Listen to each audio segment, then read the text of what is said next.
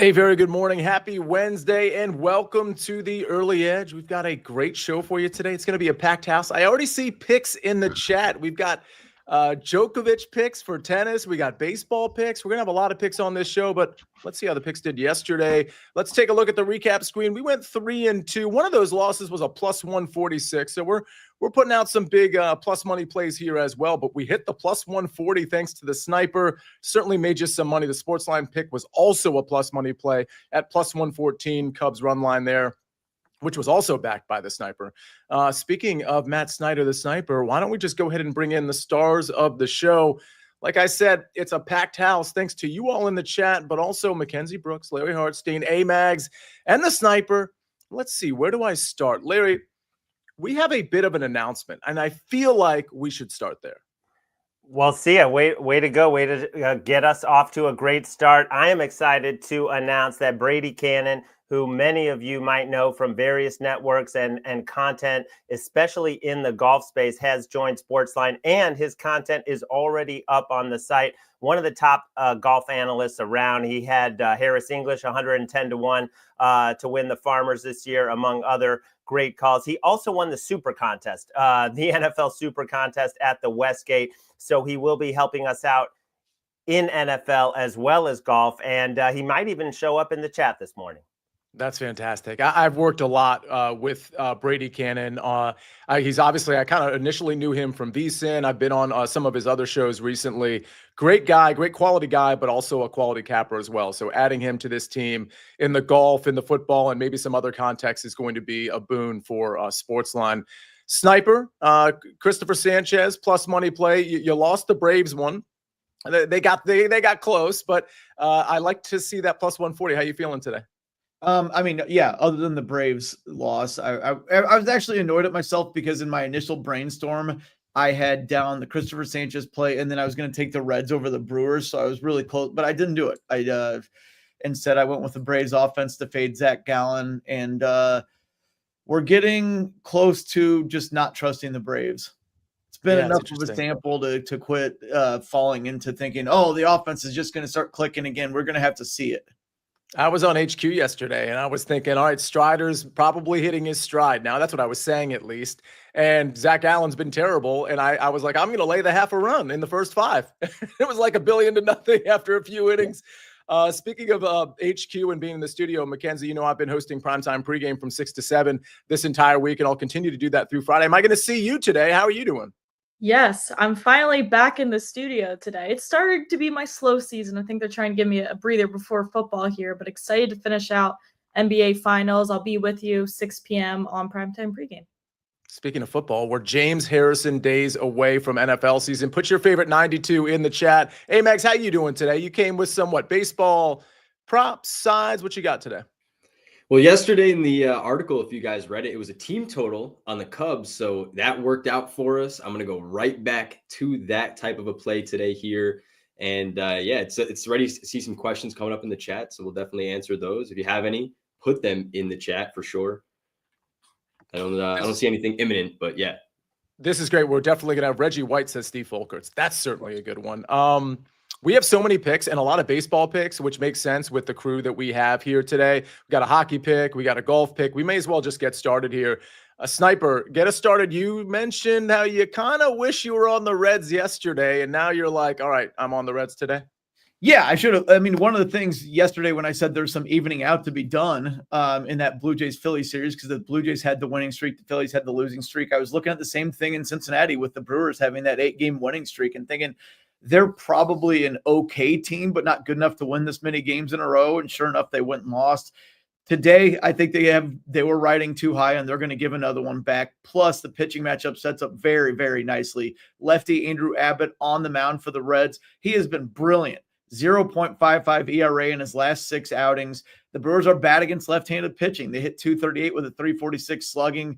The Brewers are going with an opener in DL Hall, piggybacked by Quinn Priester, who is supposed to be the get length guy.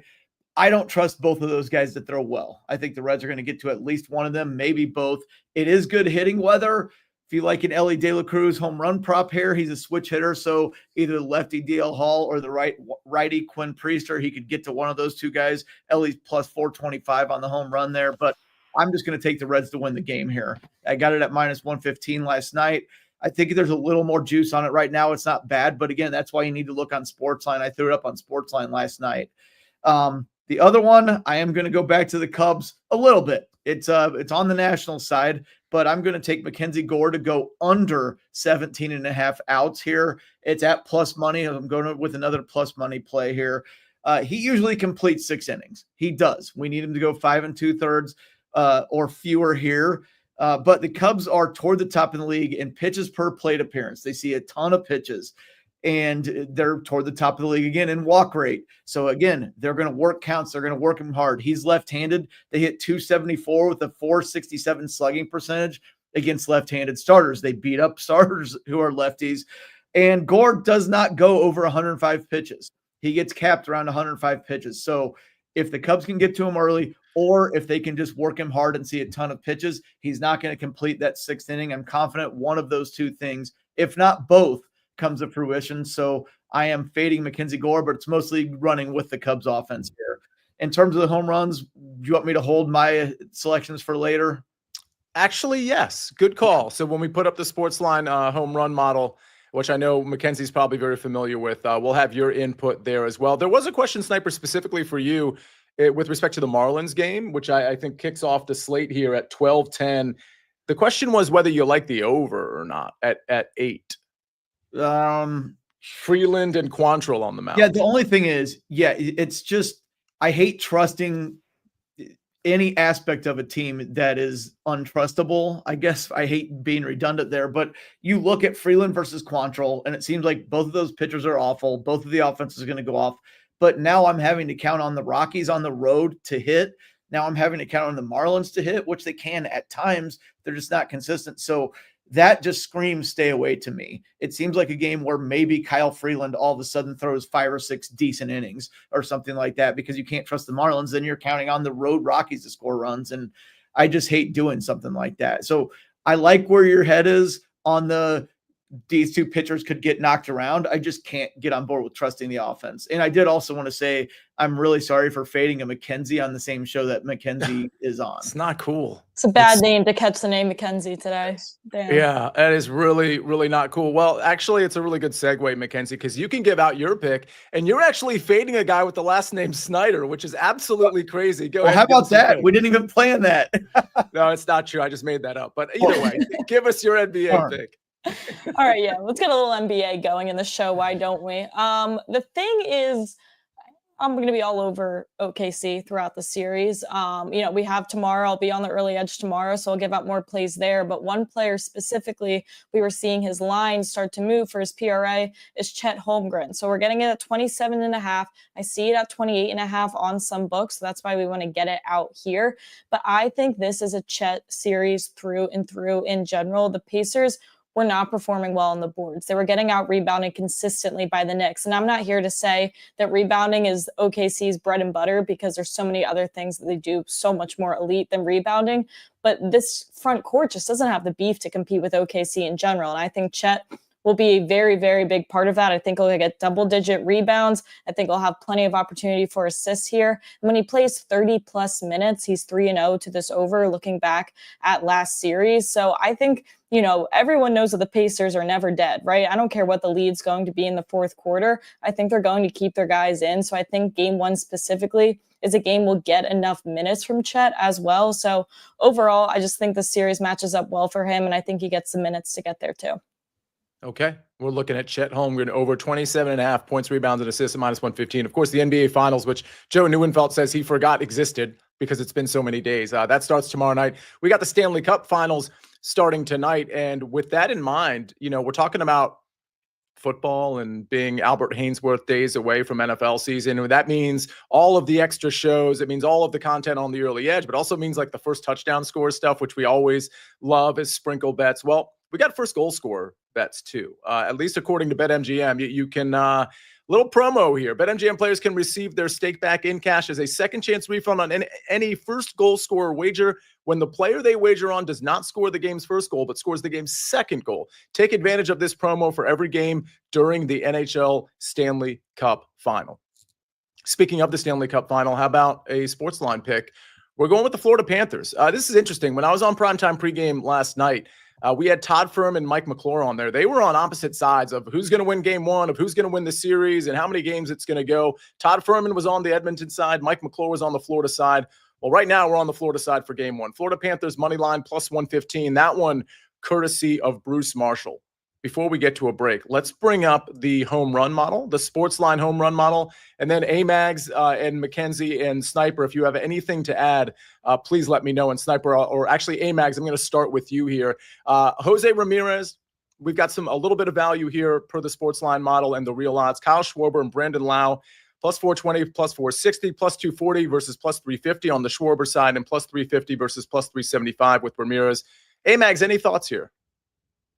Yeah, I was just looking it up. So Jose Barrios really doesn't have massive splits, but I liked Kyle Schwarber yesterday, and I liked the Phillies to do what they did and score. But I had Schwarber on the hit run RBI. He was one of the only guys that didn't do anything. So liking him yesterday and kind of the little zigzag theory. I also like the odds, obviously. The SportsLine model does a great job uncovering some value for us, so very good value on it. But it's almost like a gut feeling where he didn't work out for me yesterday, so I will go back to him today. Mackenzie, anything to add to this chart? I was going to say Schwarber specifically, he usually just performs so well against right-handed pitchers, and he is 0-7 against Barrios specifically. So I think that's why we're getting this plus 350, but typically you would never see this type of price for him against a right-handed pitcher like that. So hate to say he's due, but it's a right-handed pitcher at the end of the day. I think the name Barrios is making this, plus 350. Before I get to you, Sniper, Jen M has a really good question. I've been meaning to mention this in the first 12 minutes of the show. She says, any baseball shows planned for June? The answer is yes. We have not finalized the time or the date, but I think we're looking to next Wednesday, where we have one game that starts in the 12:30 range, two games that start in that 105 range, and then two more games that start in that 210 range. So it's very likely around that 1 o'clock time frame we are going to have one of our live shows. It'll be our third live show for MLB. We're just kind of finalizing the cast and we're finalizing the time, but Jen, look out for it. Obviously, most of you are subscribed to this channel. Maybe you have your notifications turned on, but we're going to be promoting it for sure once we finalize the time, and we'll know by the end of the week for sure. So Jen, thank you for that. Good question. Sniper, anything to add to this home run model? Yeah, this could not have all come more perfectly together, because I'm glad that Ken said that, Schwarber was 0-7 against Barrios, and that might be why it was all the way up to plus 350. And then you mentioned the live show. This is the type of thing that we've talked about before on the live show when people ask about the samples on the pitcher versus hitter data and when it's a trend. And I've said before, anytime it's in single digits, I don't necessarily think that it's a trend. Like Schwarber being 0-7, giving us that skewed line, Ken's is right. That's why it's such good value, because that doesn't mean he's never going to hit him. That's such a small sample, and those at-bats are probably spread out. If he was something like 0-20, then you might worry, oh man, he's definitely owned by that guy. But 0-7 isn't big enough for that line to get skewed like that. So that's why this is great value there. I also wanted to try to go back to the well on Jack Caglione, because he was 0-5 yesterday, and a lot of people might be jumping off. He has such prodigious power, and he's plus 600 again today. And in his first at bat, he hit a hard liner. It was almost a fly ball. I don't know if it got filed as a fly out or a line out, but it was one of those. It kind of, the trajectory looked like a hard liner that was a little bit up in the air. It hung up just enough for Victor Scott to run it down around the warning track, but he didn't miss a home run by much. If he hit it just a little higher, it would have been a bomb. I could see him hitting a home run today. So there's value there. Also, if you wanted to go back to the Cubs game against Mackenzie Gore, Dansby Swanson at plus 550, I liked. Wow, I like that number too. All right. We got more baseball to get to. Larry's got a baseball pick. Amags has a baseball pick. We're going to try to answer some of your questions in the chat. I've got a golf pick. We're going to hear all about it right after this message from our partners.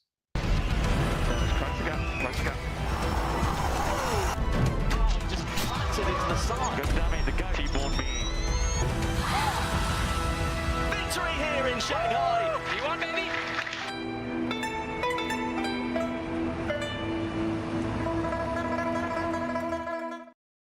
All right, we're back on the Early Edge, brought to you by BetMGM, the sportsbook born in Vegas. Let me give out my golf pick real quick. I gave out a nationality prop yesterday. Going to give out another one today. This is a half a unit play for me because it's plus 190. Top Englishman. I'm going with Harry Hall, a guy that I like as a potential first-round leader, but I like in general, like where the ball striking is for Harry Hall. It's not always great for him, but I like where it is right now, and the short game is amazing. The putter is always amazing. These putting surfaces he's particularly good on. So Harry Hall at plus 190 is Top Englishman. You hear the heavy hitters he's going up against. I say heavy hitters kind of like half-heartedly because it's Matt Wallace, it's Justin Rose, I think it's Paul Waring, David Skins, and Danny Willett. I think that's the crop of Englishmen. And again, Harry Hall at plus 190. It's just a half a unit play because really I'm just trying to win basically something close to a full unit here. But I think he's the cream of the crop, especially with the form coming in. I think Matt Wallace is probably the only guy that could topple him. Justin Rose, I mean, also probably could. But to me, it's between him and Matt Wallace. So I'm going to take the plus 190. Love the price here. Just throwing a half a unit on it to win. I guess I could go 0.55 to win a full unit or something in that neighborhood. But half a unit for me on this one. Yesterday's play, because I did get this question on Twitter. That play was minus 105. You might have gotten it at plus 100.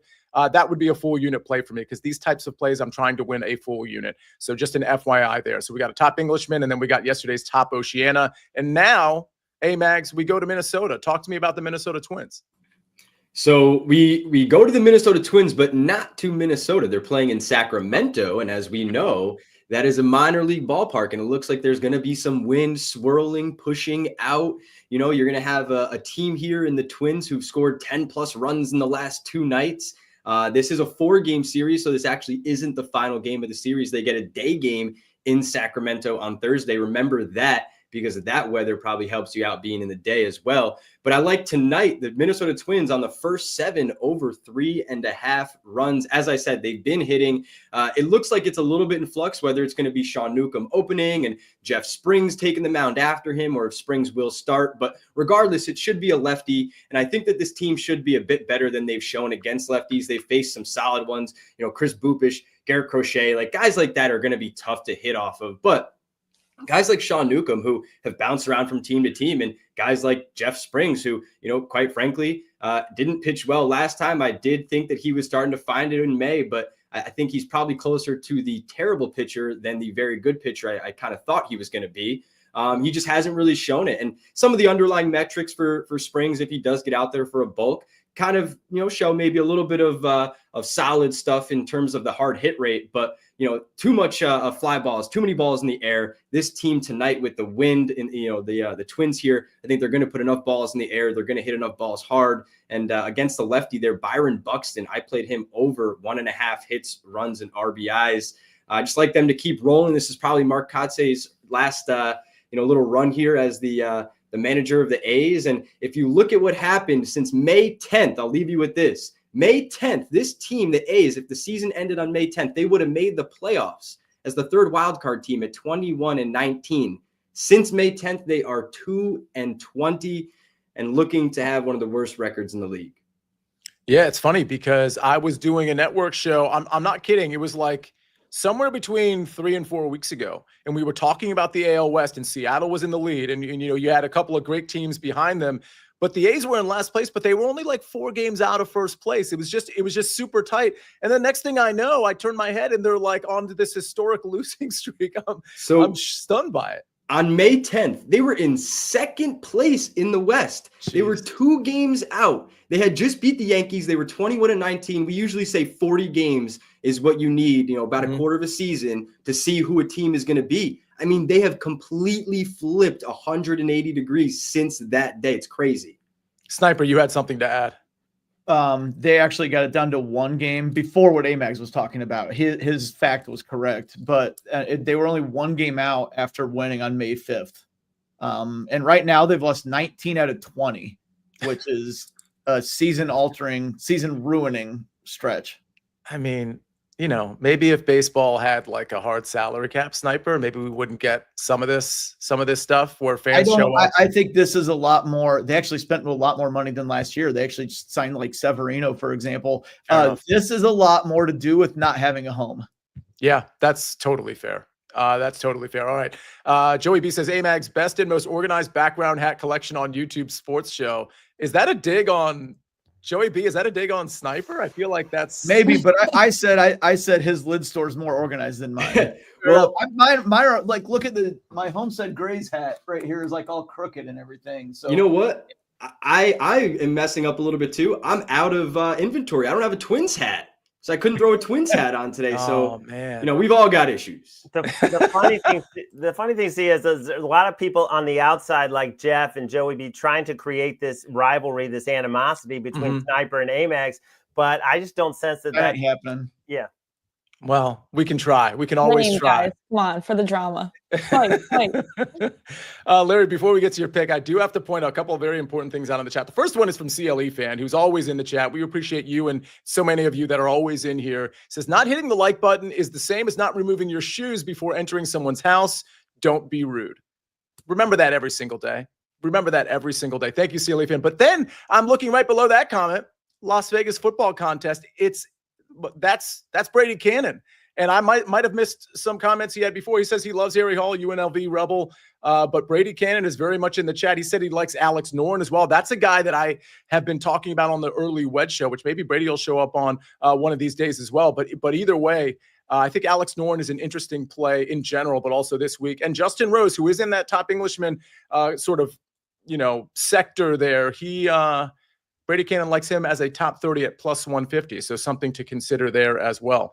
All right, we got a lot more to cover. Larry, how about some day baseball? Yeah, how about the Angels in the first five innings getting a half a run against Boston, coming back at minus 132. The Red Sox are in a bad place right now. They've lost 8 out of 10. They can't field the ball. And the Angels, I think, are on an uptick. Mike Trout has been back for 5 games. He's 9 for 18 with 5 RBIs, and they've won 3 of those 5 after going through a really rough patch. And now, Soriano is nothing to write home about, but Giolito is having, in some ways, the worst stats of his career. 43% hard hit rate. That's a high. The expected slugging percentage is over 500. So he's had some decent looking outings recently, but he's also had a couple of blow up starts with 6 runs allowed. Let's just get a tie game, 3-3 after 5, and we cash this bet. Yeah, I love, I don't do as mmany first 5 bets as I used to, but I love getting that plus a half a run where it's not prohibitive juice. I mean, minus 132, it's like not super steep. So I like getting that tie just makes that plus a half a run feel really good. So that's another day baseball pick. Let's see. Let me just, before we get out of here into the recap screen, we have Big Cheesy talking about Mike Trout over 1.5 total bases at even money. A lot more baseball picks in here. Let me just see. Giants, Padres, no run Nerfy, no run first inning. Does anybody have an opinion on that? Giants, Padres, no run first inning? I put that in. Someone earlier asked if there's any no run first innings, and I actually noted that the slate does not look kind to people who want to play that tonight. There's a lot of pitchers who could get knocked around, and where there are good pitchers that are against good offenses, but Padres, Giants, that one could work. Go ahead, Amags. So real quick, Jen, she said what I was about to say, that Angels Boston has one of the best hitting environments for weather today. So, you get that game there that Larry talked about. I do side with him. I also played the Angels team total, parlayed it with the Twins one as well. So I like that one. And then there was one more question here. I'll try to find it. Carlos Correa. I do like that one. I think he was one of the only guys last night without a hit. So I do like him to bounce back against what should be a lefty out there. We'll get some more info. On the Trout mentioned by Cheesy. Trout, since he came back from his injury, is 9 for 18 with a double and home run and 5 RBI in 5 games, 4 of which he started. So yeah, Trout trying to look a little bit like the old Trout right now. One thing real quick, last thing here on the Marlins game. You have Kyle Freeland, 0-8. He's a veteran pitcher. All right. I think today in this matchup, he gets his first win. It's plus 175 on DK. I actually don't love that price. You're betting on a Rockies pitcher to get a win. You probably want a better price than that. But 0-8, I just think he comes out with the win, or at the very least, they finish it off. Sweet. Are you saying the Rockies are going to win, or he's going to record a win at that number? I mean, record the win, then they would have to win as well for Freeland. Yeah, but if you want to play the record a win plus 175, I just think 0-8 in this matchup against Quantrill and the Marlins, like they will, they'll finish it out. Mackenzie, I know you've got some obligations at the studio coming up, but was there anything in the chat before we get to the recap screen that you needed to address? No, I'll definitely be on tomorrow with more NBA as well. I was saying in the chat, Friday's network show, I'll be hosting the full hour. So that'll be a party, whoever wants to join that. But yeah, more to come tomorrow on Early Edge too. That's fantastic. I know the last time you hosted, you were excellent. So that's going to be a great show. Larry, any final thoughts before we get to the recap screen? No, it's great to be back. I love all you guys. Let's wrap it up. All right, let's take a look at the recap screen before we get out of here. Thanks for all the like button hits, by the way, everybody, and thanks for participating in the chat. I wish I could get to more comments and questions. Oh, speaking of, before I get to the recap screen, everybody listen up real quick. At 1:30 today, we've got the live chat. It's going to be me and Mike McClure, the live chat for the RBC Canadian Open. So any questions whatsoever, whether they're DFS, ownership, who you're going to play, betting related, any picks you like that you're not sure if you want to wager on, hit us up in this SportsLine YouTube channel at 1:30. It's going to be me and Mike McClure because I do know there were some golf questions. We are going to handle those at 1:30, so make sure to join us. Speaking of golf, top Englishman Harry Hall at plus 190, half a unit play for me. Speaking of a half, Larry Hartstein likes the Angels plus a half a run at minus 132. That's a first 5 play, Angels plus a half a run. Then we go to the Sniper, Reds money line minus 115, and then we're fading Mackenzie Gore at plus money. Mackenzie Gore under 17.5 ounce recorded at plus 110. Then we've got Chet Holmgren. I got to say, Mackenzie, he's got to be your favorite player at this point. Chet Holmgren over 20. Chet Holmgren over 27.5 points, rebounds, and assists at minus 115. And then Amags is going Twins first 17 total over 3.5 runs at minus 120. All right, we move to the SportsLine pick tonight. We finally get the NHL Stanley Cup final started. Florida Panthers money line plus 115. That one courtesy of Bruce Marshall. All right.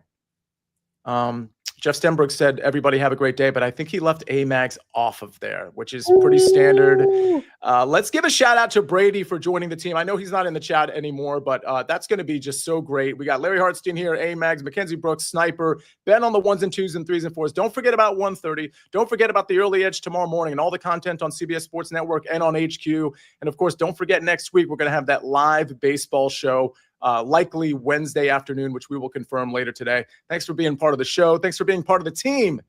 Ladies and gentlemen, this is the Early Edge. We rest our case.